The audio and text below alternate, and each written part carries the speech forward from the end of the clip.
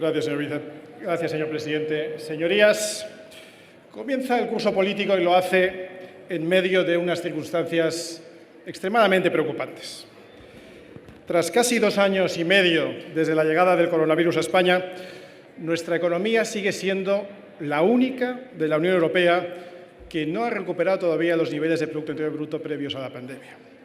Como advertimos, las previsiones de crecimiento del Gobierno vuelven a ser papel mojado. Pero algunas prestigiosas instituciones van más allá. La IREF anticipa un retroceso en la economía en este tercer trimestre, que sería la primera contracción en ese trimestre en 9 años. El tejido productivo, muy debilitado, ha tenido que hacer auténticas heroicidades para sobrevivir y se está resintiendo. Los últimos datos de paro y afiliación registraron la primera destrucción de empleo en un mes de julio en toda la serie histórica.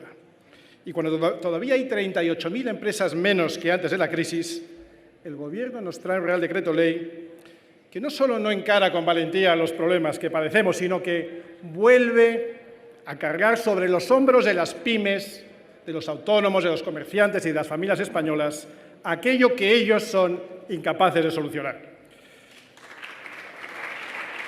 Señorías, en estas circunstancias, una vez más, el Gobierno nos trae un ordeno y mando, un nuevo Real Decreto Ley tramposo, con disposiciones muy dispares que afectan a una pluralidad de asuntos, con medidas improvisadas, algunas incluso que van a aumentar más la inflación y que, por supuesto, no han negociado con nadie y que no solucionan lo que sigue siendo uno de los principales problemas estructurales que afecta a nuestro país.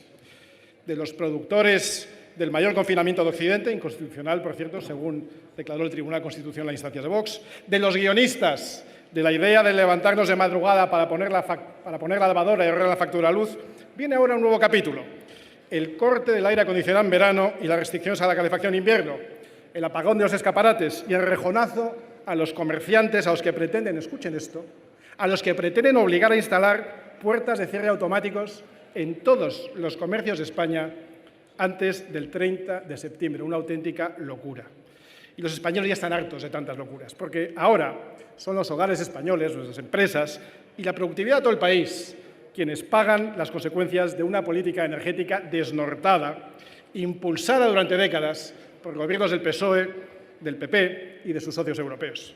Porque esas élites políticas instaladas en sus dogmas climáticos que nos piden ahora estos esfuerzos son las mismas que han provocado el problema precisamente con esos dogmas, acentuados encima con la situación que han creado ellos de dependencia de la energía rusa.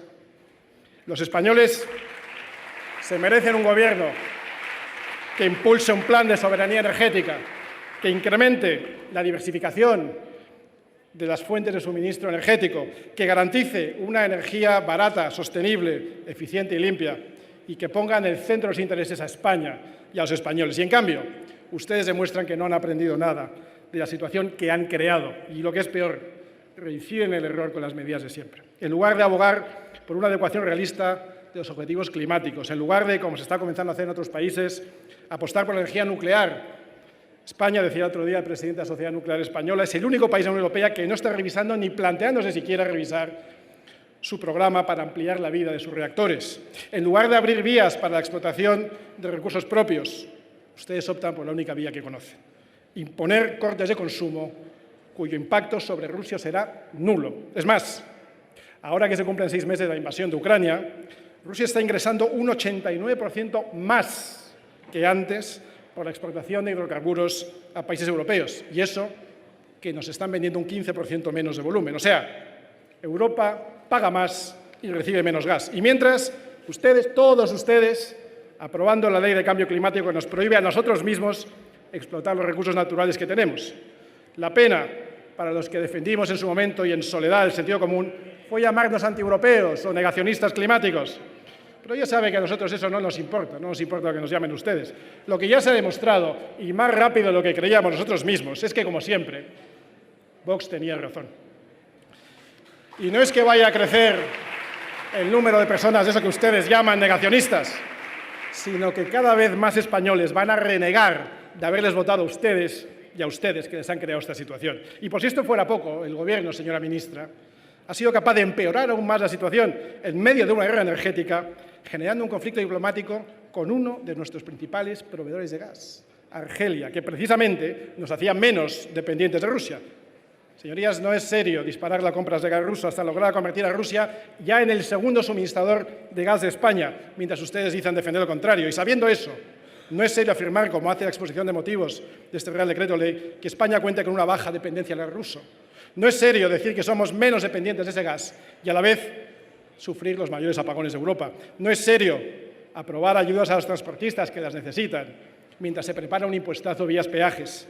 No es serio exigir esfuerzos a los españoles mientras el presidente del Gobierno de los 22 ministerios sigue quemando combustible en su Falcon para viajes absurdos.